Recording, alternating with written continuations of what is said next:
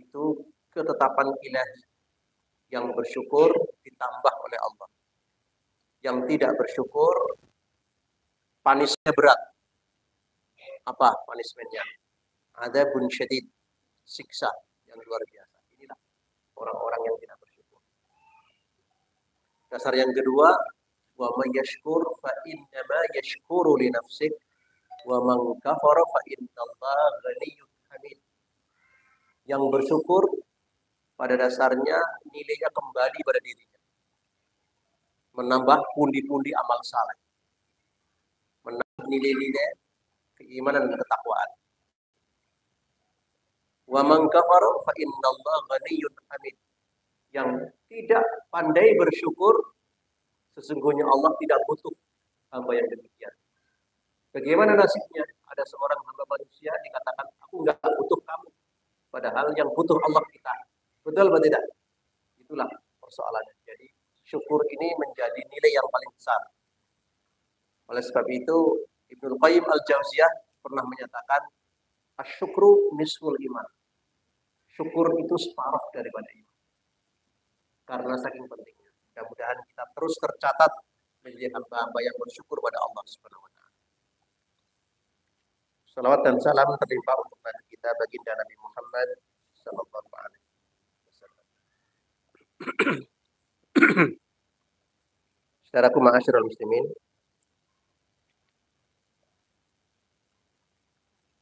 sebagai khazanah keilmuan bagi kita, dan ini bagian daripada keyakinan terkait dengan Ahlul Bait. Ahlul Bait ini bahasa hadis, bahasa Al-Quran. Kalau bahasa masyarakat itu habaib. Katanya begitu. Kita harus paham. Meskipun di ruang perserikatan tidak terlalu masyhur bicara itu. Tapi ingat, itu adalah bagian daripada keyakinan, akidah. Kita harus tepat berbicara itu, akurat. Tidak mengurangi, tidak menambahi, apalagi berlebihan. Itu nanti masuk kategori tatarruf atau ghulu yang dilarang oleh agama sendiri. Tetapi menghilangkan itu juga bagian daripada keingkaran. Itu dosa juga. Tidak respon kepada Ahlul Bait, dosa. Berlebihan, tambah dosa lagi. Nah, harus bagaimana sikap kita? Ini penting. Saya mengulang-ulang ini supaya kita masuk pada wilayah keyakinan yang pas. Nah, kalau panjenengan mungkin pernah membuka YouTube, geger-geger tentang nasab Ba'alawi yang selama ini mengklaim sebagai dzurriyah. Dzurriyah itu apa? Ya, anak cucu. Terkait dengan klaim sepihak dzurriyah Nabi, mengingatkan kepada kita, sekian abad yang lalu pernah terjadi. Tepatnya pada awal abad ketiga Hijriah. Sekitar 291-an Hijriah. Atau 300 tahun setelah Hijrah. Ada sebuah dinasti, namanya dinasti Fatimiyah. Pendirinya adalah Ubaidillah. Ubaidillah itu seorang imigran dari Syria ke Afrika Utara. Jadi Ubaidillah bin Mahdi ini adalah imigran Syria ke Afrika Utara. Yang konon waktu itu beliau mengklaim sepihak ya, bahwa dirinya adalah termasuk dzurriyah Nabi, jalurnya jalur Fatimah. Di kemudian hari ternyata klaim sepihak ini terbukti palsu. Ternyata palsu setelah berkuasa kurang lebih 1 abad lamanya. Lama, palsu. Nah, ternyata pendirinya tadi itu, Ubaidillah bin Mahdi itu adalah seorang Muslim Syiah dari kelompok Ismailiyah. Dulu mendirikan di Afrika Utara, kemudian berpindah ke Mesir dan mendirikan kerajaan Fatimiyah di Mesir. Ini kurang lebih satu abad. Nah, dalam perjalanannya, ternyata dinasti Fatimiyah ini memang meresahkan umat Islam, khususnya kaum Sunni, Ahlus Sunnah wal Jamaah. Karena memang sepeninggal para sahabat, Islam itu terbelah jadi dua. Ada kelompok Syiah, ada kelompok Sunni. Nah, pada mulanya, kelompok Fatimiyah ini memang mendakwahkan dirinya sebagai keturunan Nabi. Sehingga dia mampu menyedot perhatian masyarakat, mendapatkan simpatik yang besar. Memang mencintai keluarga Nabi itu kewajiban, keharusan, tetapi tidak boleh berlebihan. Itu persoalannya. Nah, ketika dinasti Fatimiyah ini mendapatkan kepercayaan publik, akhirnya mereka bersemena-mena menciptakan klasifikasi ras di masyarakat. Wah, ini keturunan Nabi ningrat, harus dihormati dan sebagainya. Kalian bukan keturunan Nabi, sebagai bawahan kita. Ini sudah mulai melenceng dari ajaran Rasulullah yang mengajarkan egalitarian. Meskipun Nabi Muhammad seorang Rasul, tetapi dia tidak pernah menciptakan kelas. Saya ningrat, saya Nabi. Tidak, sama. Nabi itu ingin berdiri sama tinggi, duduk sama rendah. Beda dengan klaim-klaim sepihak orang-orang yang mengaku sebagai keturunan Nabi. Dia mempunyai darah biru atau darah merah, dan ingin diperlakukan istimewa. Itu klaim sepihak itu. Nah, ternyata setelah berkuasa satu abad, terbukti bahwa klaim Ubaidillah bin Mahdi dengan kekuasaan kerajaan Fatimiyah itu adalah ternyata palsu. Akhirnya diserbu oleh Salahuddin Al-Ayyubi. Dengan mungkin pernah dengar dalam sejarah Islam ada siapa? Salahuddin Al-Ayyubi. Dia adalah pahlawan perang Salib dan pernah mengalahkan 2 kali tentara Salib, termasuk mengalahkan atau menggempur dinasti Fatimiyah. Setelah ketahuan bahwa mereka adalah bukan terah, bukan klan sahabat Nabi Sallallahu Alaihi Wasallam. Itu sejarah. Nah, ketika geger-geger di Indonesia ini, pertarungan antara habaib dengan non habaib, ternyata panjenengan sudah bisa melihat sendiri data-data yang valid memang mengarah pada satu kedustaan. Nah, ini kan ngeri banget itu. Dikatakan dusta, klaimnya bahwa mereka itu adalah keturunan Nabi dari jalur Fatimah. Itu dikatakan dusta. Dan ini keyakinan. Jadi kasihan NU sebenarnya.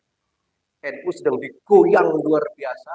Keyakinannya, yang digoyang itu keyakinannya, bukan apa-apa. Itu ngeri. Kalau ini betul-betul batal, itu sudah memalukan sekali. Memalukan sekali. Karena sudah 2 abad ini, klaim Ba'lawi ini yang mengaku sebagai kelompok Habib sudah mengklaim dirinya sebagai keluarga Nabi. Ternyata setelah diselusuri, dilihat dari berbagai macam sudut keilmuan, baik ilmu nasab, ilmu filologi, maupun ilmu genetika, tidak ada yang mengarah ke sana. Bahkan darahnya kelompok ini hanya 3,9% Arabnya. Tes DNA-nya hanya 3,9% darah Arabnya. Jangankan keturunan Nabi, Arab pun bukan ternyata. Ini kan geger moher sejagat. Dan yang geger bukan hanya Indonesia, dunia, Pak. Malaysia geger, Yaman geger, semuanya geger itu setelah ada penemuan yang terbaru. Ya tentu ini masalah pertarungan keyakinan. Orang kalau sudah terpojok membabi buta, ulama pun jadi jahat. Yang tadinya dipuja-puja, wah jadi jahat sekarang. Karena bahkan 2 abad, 200 tahun menobatkan dirinya sebagai keluarga Nabi ternyata dibatalkan oleh satu penelitian yang sangat-sangat valid dan tidak terbantahkan. Dilihat dari berbagai keilmuan, baik ilmu filologi, ilmu genetika, maupun dari ilmu pernasaban. Itu betul-betul terbantahkan bahwa Anda bukan keluarga Nabi. Nah, ini seperti terulang kembali sejarah itu. Sekian abad yang lalu pernah ada klaim keluarga Nabi oleh dinasti Fatimiyah, kelompok Syiah Ismailiyah di Mesir. Sekarang di Indonesia dan Malaysia, namanya kelompok klan Ba'alawi. Yang membuat kita kaget namanya sama, Ubaidillah Al-Mahdi, saplek-ciplek.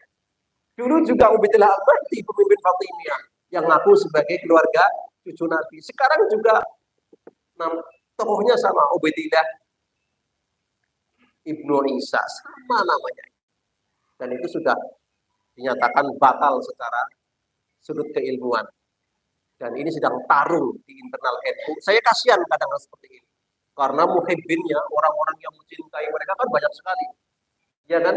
Coba jenengan kalau lihat itu namanya YouTube-nya ngeri banget itu. Yang namanya Habaib, bukan Habib Ghazali itu ya. Nanti, saya aja pernah ditanya, kamu tuh Habib bukan sih? Gitu. Pak, saya Habib Jawa, Pak. Dikira saya kelompok Habaib yang mungkin masuk klan mereka. Saya pernah di taklek saya gitu. Kamu gimana sebenarnya? Enggak, saya orang Jawa. Soal nasab saya nggak ngerti saya. Karena nggak pernah ngurus. Lihat itu. Kelompok Habib ini bukan hanya sekedar dicium tangannya, kakinya juga dicium, Pak. Mau jenengan? Kakinya itu dicium-cium. Karena apa? Malah berkah. Ini kan mengerikan. Sisi lain ada perintah Al-Quran, perintah hadis, menghormati, menghargai, mengutamakan keluarga Nabi. Tetapi sisi lain ada praktek yang sangat hulu, melampaui batas.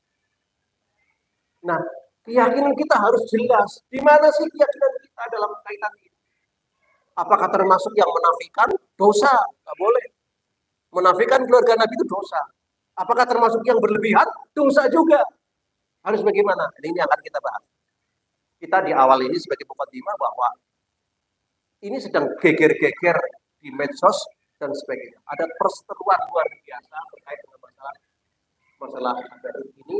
Apakah masuk kategori terah Nabi atau ahlul bait, cucu Nabi, atau bukan? Ternyata tes DNA-nya menunjukkan bahwa kelompok Habib-Habib di Indonesia ini yang dimotori oleh kelompok Ba'alawi, yang tokoh sentralnya adalah Ubaidillah bin Isa, ternyata darah Arabnya cuma berapa? 3,9%. Jangankan cucu Nabi, Arab pun bukan. Nah, yang mencengangkan hasil tes DNA-nya itu kelompoknya G. G itu Yahudi Ashkenazi.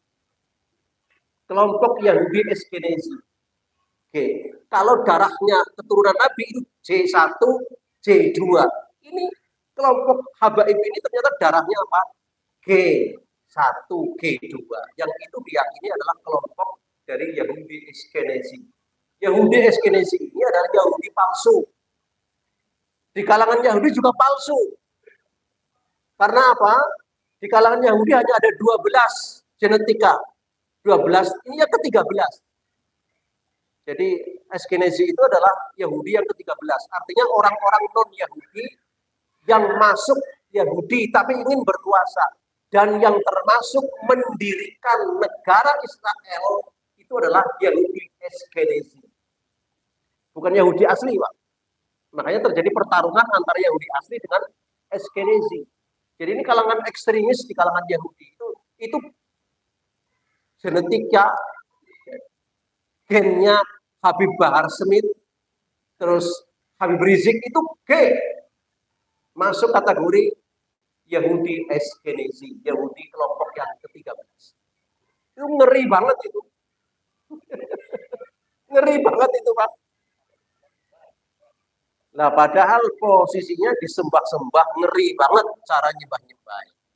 Nah, kita ingin meluruskan ini dalam konteks apa tauhid. Karena bab tauhid. Apakah keluarga Nabi, Ahlul Bait namanya, masuk dalam Al-Quran? Mari kita kaji bareng-bareng. Dan harus bagaimana sikap kita? Nah, pertama kita merujuk pada satu ayat Al-Quran dari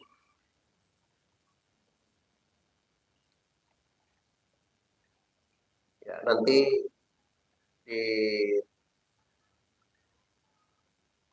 disebutkan di Al-Ahzab ya. Di Al-Ahzab nanti dari 32, 33. Ya, nanti sana. Di Al-Ahzab ya. A'udzubillahi minasyaitonirrajim. Ketika Allah Subhanahu wa taala memberi nasihat kepada Ahlul Bait. Nah, Ahlul Bait itu siapa nanti akan kita terangkan. Nah, teguran Allah yang pertama kali kepada Ahlul Bait adalah teguran kepada istri-istri Nabi. Istri Nabi itu kan manusia atau bukan? Manusia. Tetapi istri Nabi kan beda itu. Memang manusia. Jadi kadang-kadang sifat manusianya keluar. Sisi lain dia adalah istri Nabi. Kan bingung, Pak. Jadi istri Nabi lebih berat daripada istrinya orang biasa. Karena apa? Dia ada dua tekanan. Tekanan sebagai manusia, kadang-kadang sok keluar sifat manusianya, tetapi tekanan sebagai istri Nabi. Berat juga, Pak. Orang bisa gini, orang bisa gini. Kalau orang biasa bisa guyu-guyu dan jalan. Istri Nabi nggak boleh guyu-guyu dan jalan. Ada aturannya. Cara mesemnya ada aturannya, cara ngomongnya ada aturannya. Berat jadi istri Nabi.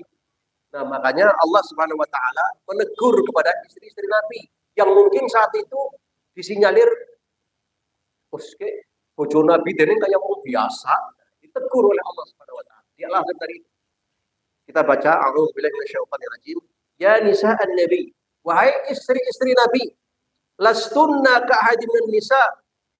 Kalian itu tidak sama dengan istri-istri yang lain. Kamu harus berbeda dong. Penampilanmu harus berbeda, cara ngomong berbeda. Kamu jangan sama seperti mereka. Ditegur oleh Allah Subhanahu wa taala. Ini taqaitunna. Jika kalian memang dinyatakan orang bertakwa sebagai istri Nabi, harus beda dengan istri-istri pada umumnya. Fala tahdha'na bil qaul. Kamu jangan ngumbar ngomong. Tahu ngumbar ngomong?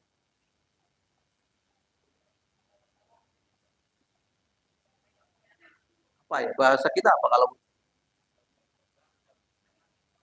jangan ngumbar, harus ngomongnya harus dijaga. Aja ngumbar ngomong, selelean gitu Pak. Bahasa katanya, kamu nggak boleh begitu. Fayat ma'alladina fi qalbihi marad. Sebab kalau istri-istri Nabi ngumbar ngomong, kakek ngomong, nanti akan membuat maksiat, godaan bagi orang-orang yang dalam hati ada penyakit. Kadang-kadang manusia itu tergoda karena suara. Itu lebih tidak. Nah, jangan-jangan suaranya Aisyah itu merdu sekali. Nah, kalau kamu ngumbar ngomong, nanti ada orang yang tergoda dengan suara Aisyah. Kan repot. Maka harus dijaga ngomong. Kan ada ungkapan yang mengatakan suara wanita adalah aurat. Ya, kalau diumbar. Jadi istri Nabi tidak boleh ngumbar suara. Karena apa? Bisa menggoda orang-orang yang dalam hati ada penyakit. Tidak sedikit, Pak. Orang tergoda karena suara. Betul apa tidak? Misalkan suaranya Elvi Sukaisi. Tergoda nggak dengan? Tergoda apa tidak? Ya tidak. Tergoda laki-laki. Kemudian ada seorang artis yang terkenal, Toni Braxton misalkan. Itu ya, lagunya sangat terkenal sekali gitu, di tahun 90-an ya. Unbreaks My Heart. Weh, kenal juga ya lagunya. Atau Whitney Houston. Always. Lagunya itu ada. Itu suaranya menggoda sekali. Nah kalau ngumbar suara, banyak orang yang tergoda. Maria Carey misalkan. Atau Jiu lagunya ya, misalkan. Itu menggoda sekali. Nah, istri-istri Nabi jangan seperti mereka mimbar suara, nggak boleh. Harus ngirit ngomongnya, menjaga ucapannya. Ini teguran Allah kepada istri-istri Nabi. Kalau memang kalian bertakwa. Wa qulna qaulan ma'rufa. Silahkan istri Nabi boleh berbicara tapi dengan qaulan ma'rufa, ucapan yang baik-baik saja. Seperlunya saja. Orang usah umbar cerita ngalor ngidul ngetan ulon, enggak usah. Ini teguran Allah. Karena apa? Ahlul Allah ingin menjaga kalian. Dilanjutkan ayat berikutnya. Ketika itu, wa qarna fi buyutikunna. Istri-istri Nabi harus berdiam di rumah, enggak boleh kelayaban. Berat enggak kira-kira, Pak? Berat apa tidak? Enggak boleh pelesiran istri Nabi. Enggak boleh jalan-jalan istri Nabi. Apalagi ngendong, Pak. Wa qarna fi buyutikunna. Kamu harus berdiam diri di rumah. Kecuali ada hajat mau keluar. Aisyah hanya bersama Nabi keluarnya. Kalau enggak di rumah terus. Orang kuatnya dengan jadi istri Nabi pasti enggak kuat tuh. Anu biasa celelean, ngendang-ngendong kanan kiri, jalan-jalan, expo. Yang kok bareng ngaji expoan paling-paling gitu. Jalan-jalan. Lagi apa ke mall? Istri Nabi enggak boleh. Wa qarna fi buyutikunna. Itu Al-Ahzab ayat 33 itu. Istri Nabi harus berdiam di rumah. Tidak boleh kelayaban. Fala tabarrujna tabarrujal jahiliyah. Istri Nabi jangan lenjean seperti orang-orang jahiliyah. Gini, Bu. Di Majenang ada apa enggak saya enggak ngerti. Yang namanya gelang itu enggak cuma tangan yang gelangan, kaki pun pakai gelang. Nah, kebiasaan orang-orang jahiliyah itu kakinya pakai gelang dan ada bunyinya kerincing kerincing gitu. Nah, wanita yang pakai gelang kaki dan bunyi itu namanya tabarruj, lenjean menurut Al-Qur'an. Sebagai wanita yang di masyarakat begitu tentu kepengin manusia, betul apa tidak? Nyong kepengin nganggus gelang kaki sing moni kerincing, kerincing kayak dene bojone si A, si B, si C. Tapi nyong istri Nabi dilarang oleh Al-Quran, kamu jangan lenjer kayak mereka. Abot juga ya.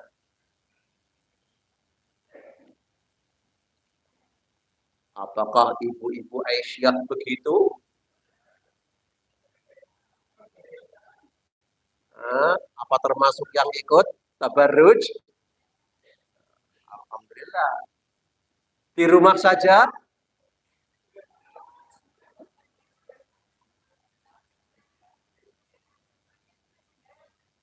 Ya ini kan hajatnya kan pengajian. Tapi nanti juga lihat expo juga jalan-jalan.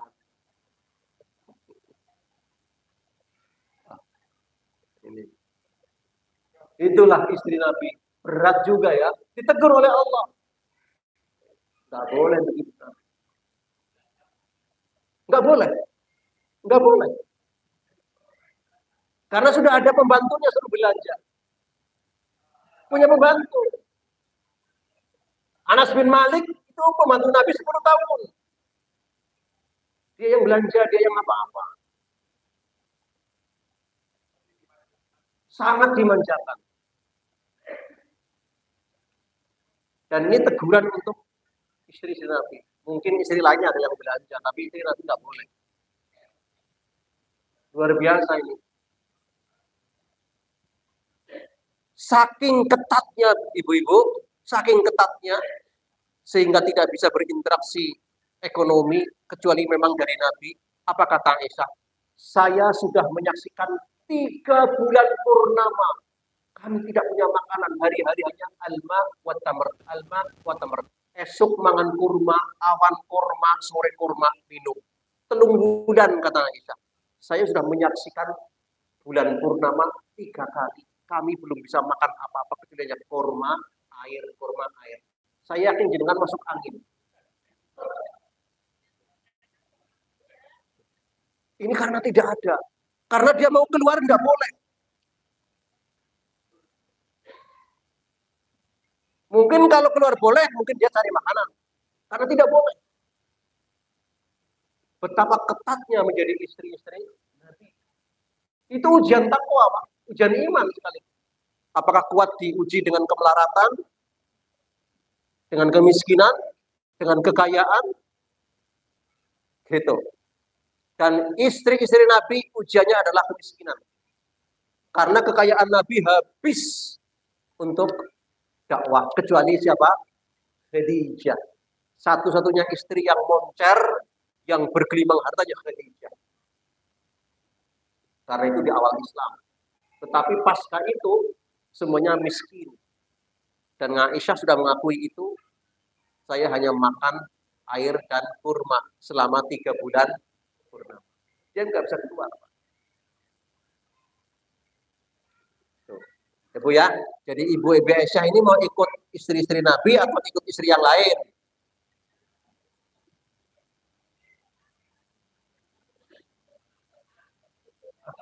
Tengah-tengah, sing bisa ngaji, bisa marik expo gitu ya, tengah-tengah.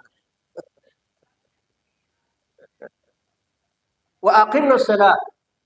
Istri-istri Nabi harus menjadi pelopor sholat. Oh, pelopor sholat. Wa atina zakat. Istri-istri Nabi harus menjadi pelopor zakat. Zakat dari mana? Hartanya nggak punya ya, ketika punya harta. Karena harta Nabi kan spontanitas. Tiba-tiba dapat hadiah dan hadiahnya nggak tanggung-tanggung. Bisa setengah kintal emas dapat hadiah. Nggak tanggung-tanggung. Ketika datang harta itu luar biasa. Humus seperlima dari ghanimah. Bayangkan kalau ghanimahnya itu ada 200 miliar, seperlimanya untuk Nabi. Tanah Fadak. Ini ada ceritanya banyak, tanah Fadak, tanah Khaybar. Itu tanah-tanah rampasan. Bayangkan, kebun Khaybar itu kebun terbaik penghasil kurma. Miliaran kalau sekarang, seperlimanya adalah punya Nabi. Kaya sebenarnya, tapi Nabi hidupnya sangat sederhana. Karena apa? Kekayaannya dibagi-bagi buat orang. Istrinya ya cuma melongo lah bahasanya gitu. Kamu mau jadi istri Nabi atau bukan? Ya mendingan jadi istri Nabi. Jaminannya apa? Surga. Nang dunia ora apa-apa. Ibu-ibu Aisyah jaminannya apa? Ya insya Allah surga juga. Amin ya Rabbal. Tapi harus seperti istri Nabi dong. Wa Allah wa Rasulah. Nah, istri Nabi harus taat kepada Allah dan Rasul. Sudah. Berapa? Inilah yang kemudian dilanjutkan. Kenapa harus demikian? Istri Nabi begitu ketatnya disebutkan. Innama yuridullah. Karena Allah menghendaki. Liyudhiba ankum rijs. Allah menghendaki agar keluarga Nabi terbebas dari dosa. Makanya dengan cara direm segala-galanya. Karena Allah menghendaki istri-istri Nabi dan ahlul bait pada umumnya keluarga Nabi terbebas dari dosa. Single lemsol. Ahlal bait wa yudhhirukum tathira, dan kami Allah ingin membersihkan nama baik ahlul bait, keluarga Nabi. Jadi dari sisi karakter, akhlak keluarga Nabi itu, ahlul bait itu luar biasa. Makanya wong pada kaget. Jarane habaib dene ceramah kayak preman. Betul apa tidak? Ini yang sudah pernah lihat YouTube habaib yang apa ceramah. Dan di mana-mana hanya isinya hadu katanya. Hadu ini apa? Suatu ketika ini ajaran habaib itu di Indonesia ya. Suatu ketika ada habib ceramah menceritakan tentang muhibbin. Muhibbin itu adalah orang-orang yang mencintai habib karena menurut mereka dijamin surganya. Man, kowe ora usah ngibadah, ora usah ngapa-ngapa. Sing penting kowe cinta Nabi dijamin surganya. Halu enggak? Halu enggak? Itu doktrinnya seperti itu. Ya wong-wong orang ilmu ya gelem banget. Sing penting setor amplop, mencintai habaib dijamin.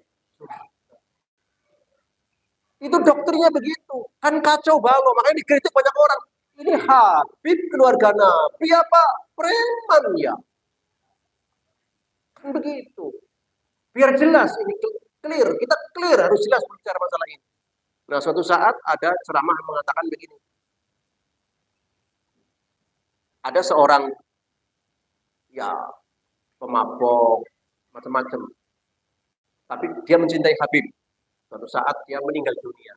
Nah Habibnya ini diberitahu katanya.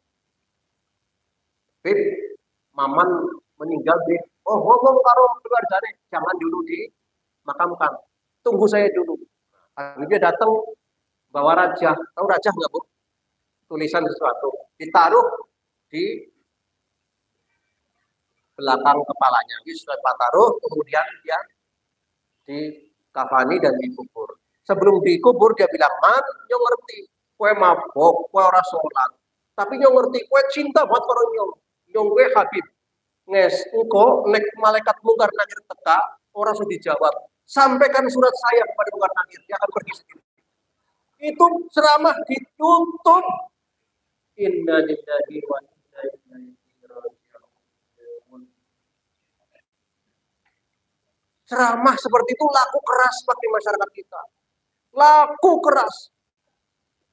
Daripada ngaji tauhid, sing hadir hanya berapa ini?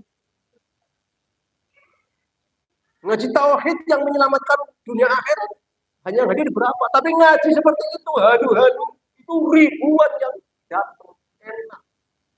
Nah, itulah dikritik oleh banyak orang. Yang kemudian munculnya sebuah tesis dari seseorang yang betul-betul mengoreksi apakah betul atau tidak. Jadi Al-Ahzab 3233 ini jelas mengatakan bahwa Allah merespon kepada siapa? Ahlul Bait, keluarga Nabi. Makanya ketat. Keluarga Nabi harus ketat, tidak boleh sebagaimana penampilan masyarakat pada umumnya. Karena Allah ingin menghendaki kalian terbebas dari dosa dan juga menghendaki kesucian bagi keluarga Nabi. Wondene begitu juga, apakah semua begitu? Tidak juga. Ya salahnya dia. Ini dalam Al-Quran Al-Ahzab 3233. Nah sekarang kita masuk kepada hadis Nabi untuk mengetahui siapa saja sih sebenarnya yang namanya keluarga Nabi. Apakah hanya anak cucu Nabi saja atau siapa? Dan bagaimana kita harus mencintai keluarga Nabi? Ini hadis yang sangat luar biasa, dikutip oleh Sahih Bukhari. Wa an Ibnu Umar radhiyallahu anhu an Abi Bakar As-Siddiq radhiyallahu anhu mauqufan. Hadis ini mauquf. Ucapannya Abu Bakar As-Siddiq. Hadis. Annahu qala irqubu Muhammadan. Cintailah, hormatilah Nabi Muhammad. Fi ahli baiti, dengan cara mencintai, menghormati keluarga Nabi. Jadi kalau ketemu dengan Nabi, langsung hormati dan cintai Nabi. Tetapi kalau tidak ketemu dengan Nabi, ada keluarganya, cintailah keluarganya, hormatilah keluarganya, sama dengan mencintai dan menghormati Nabi SAW. Hadis ini adalah riwayat Bukhari dan Sahih. Nah, berdasarkan hadis ini, kaum Ahlus Sunnah wal Jamaah punya keyakinan memang kita harus mencintai, menghormati keluarga Nabi. Nggak boleh kita itu mengabaikan mereka, nggak boleh itu nyanyikan mereka, apalagi memerangi mereka, nggak boleh. Itu akidah. Kalau memang itu keluarga Nabi. Nah, bagaimana dengan orang yang ngaku-ngaku keluarga Nabi?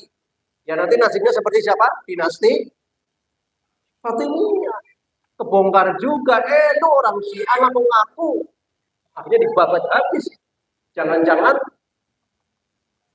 kelompok yang ngaku itu akan dibabat di Indonesia, jangan-jangan. Karena sudah terbukti bahwa itu secara keilmiahan tidak nyambung. Karena apa? Jangankan keluarga Nabi. Arab pun gennya hanya berapa? 3,9. Yang di Indonesia yang sudah tes DNA kan Quraisy Shihab lewat anaknya Mbak Najwa Shihab. Najwa Shihab itu dengan gagah berani dia tes DNA. Ternyata dia memohon maaf, darah saya Arabnya hanya 3,9. Darah Arabnya. Karena apa? Hasilnya G1, G2. Itu adalah bangsa-bangsa keturunan anaknya Nabi Nuh. Tidak ke Ibrahim, bukan Hashimi, tapi Nuh. Jauh sana lagi. Dan G1, G2 itu lebih dekat dengan Yahudi Ashkenazi. Nah, G itu kebanyakan di Afghanistan, India, itu kebanyakan di situ darah dengan kode G itu. Jadi memang jangan-jangan keturunan India, jangan-jangan bukan Arab.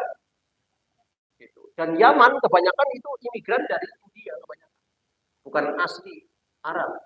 Yang Arab sudah pindah ke Jazirah semuanya, sudah masuk ke sana di abad sekian. Yang menghuni daripada itu adalah ternyata banyak orang imigran dari India. Jelas sekali itu. Jadi ada As-Segaf, ada banyak sekali ya. Al-Atas, Syihab, itu Al-Atas ya, Al-Atas itu G semuanya Pak. Arabnya hanya 3,3%. Bukan orang Arab itu. Jauh dari keturunan lagi. Baik.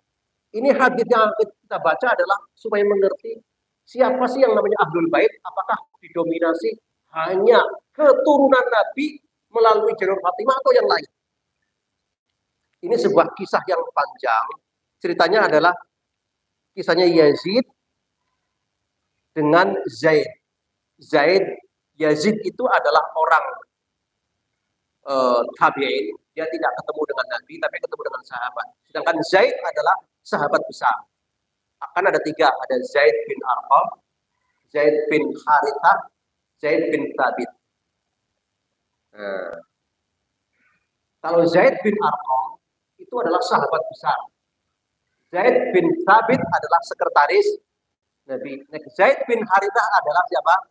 Anak angkat Nabi. Ada 3 Zaid. Nah, Yazid dari kalangan tabi'in bertanya kepada Zaid bin Arqam, seorang sahabat besar. Wahai Zaid, ceritakan kepadaku siapa sih yang sesungguhnya masuk kategori Ahlul Bait, disebut keluarga Nabi. Kemudian dalam ringkas cerita disebutkan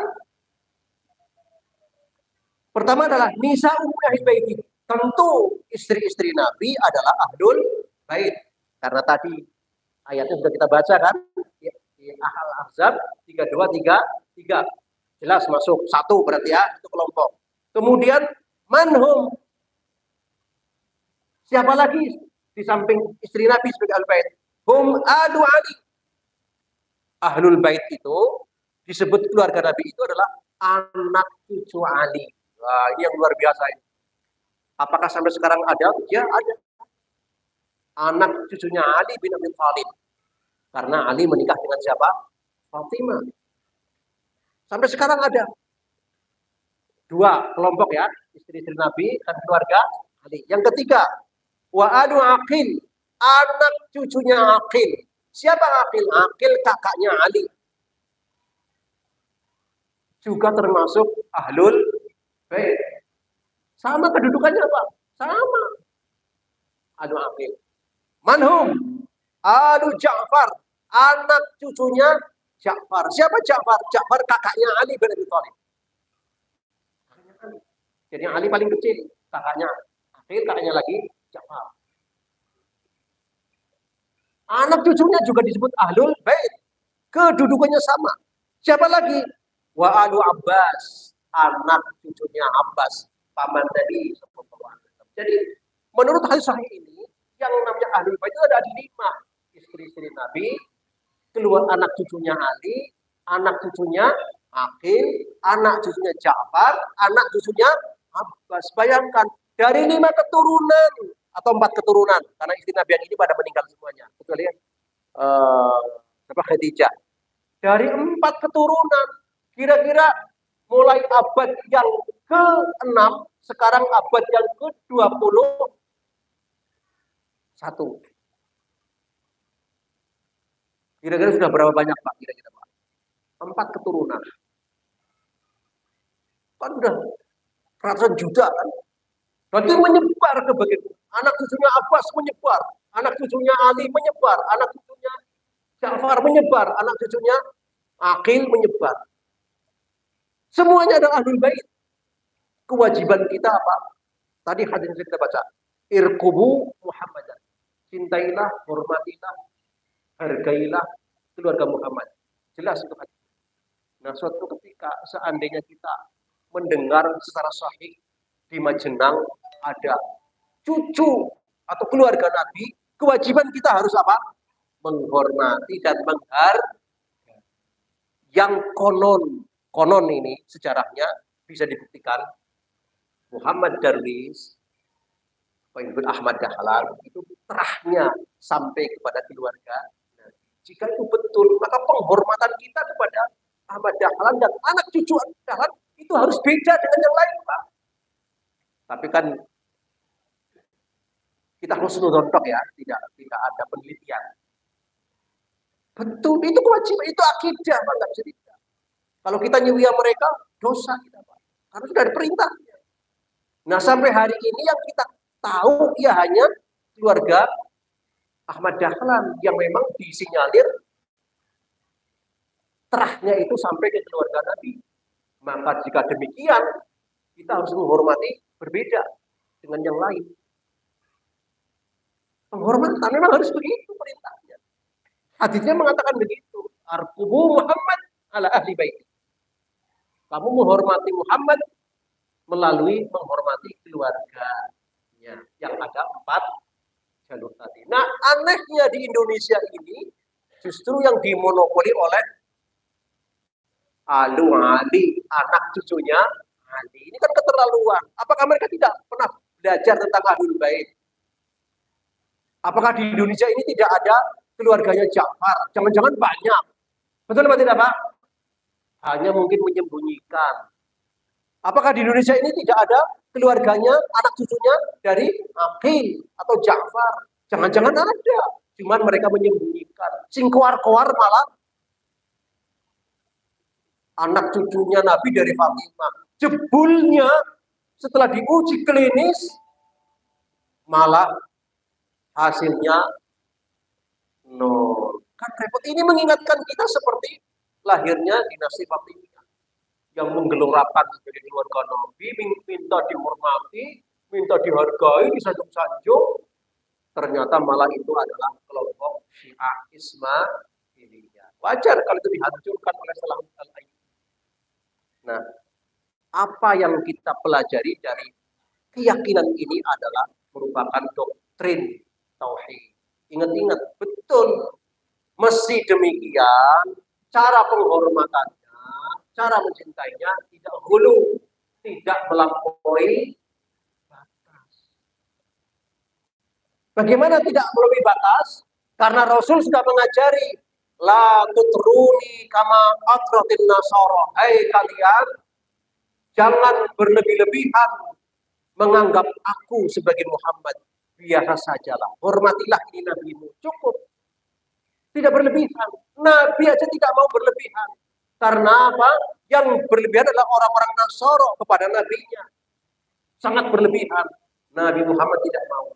Kamu biasa sajalah dengan saya. Itu kan kisahnya waktu itu ketika Nabi sedang mengomando sholat, ada orang yang perutnya agak ke depan, tidak lurus, ditonjok oleh Nabi dengan tongkat. Lalu orang itu nyekap Nabi, menciumi Nabi berlebihan.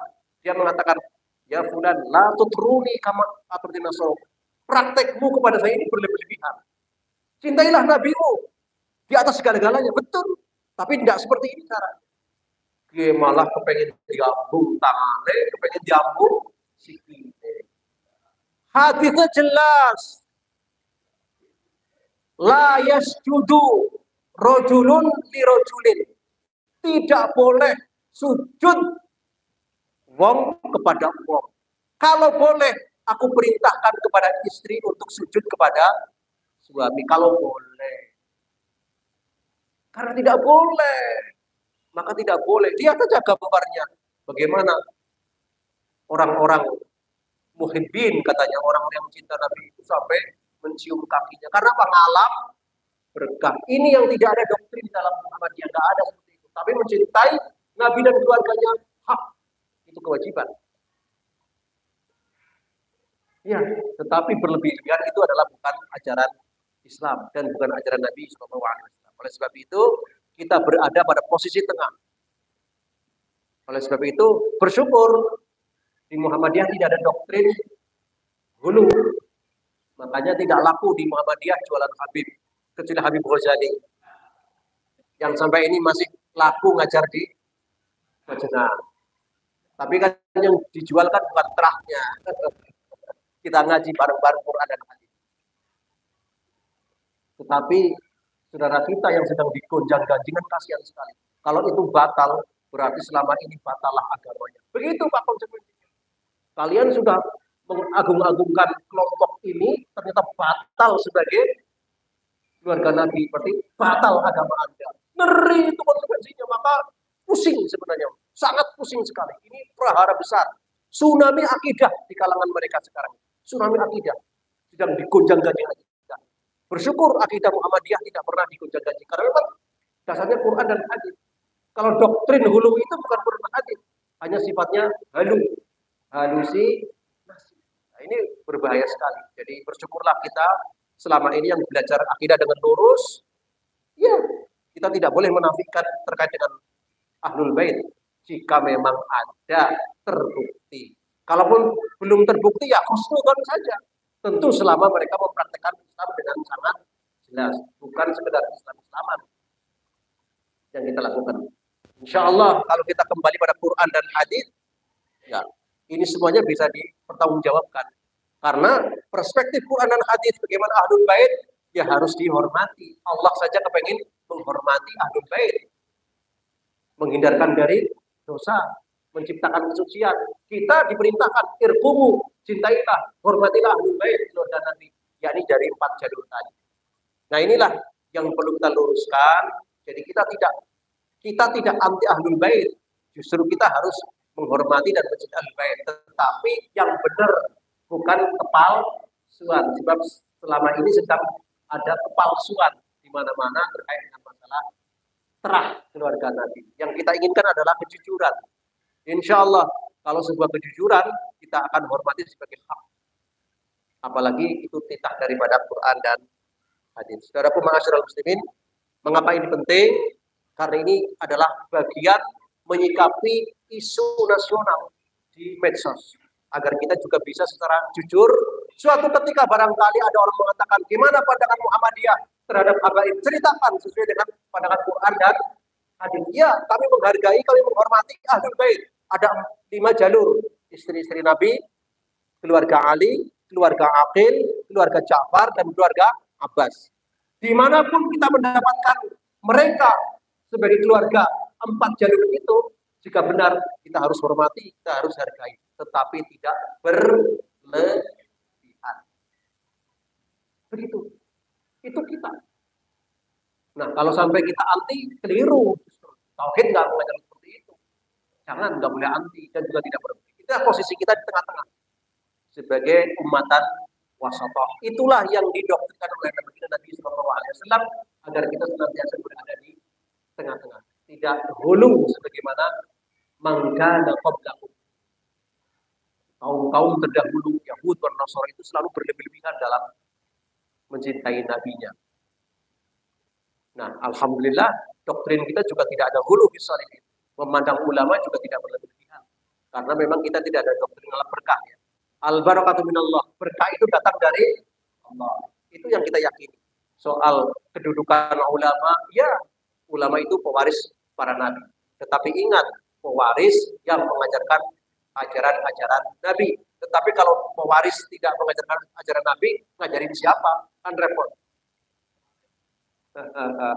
Nah inilah bab yang sangat spesifik, sikap Ahlus Sunnah, sikap Tauhid, sikap Quran dan hadis terkait dengan Ahlul Bait. Mudah-mudahan Allah Subhanahu wa taala memberi keputusan pada kita semuanya. Masih ada waktu kita gunakan untuk tanya jawab baik dalam tema ini maupun di luar tema ini. Silakan, monggo.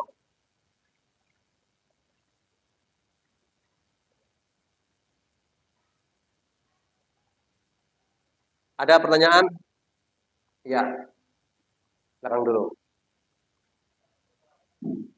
Assalamualaikum warahmatullahi wabarakatuh.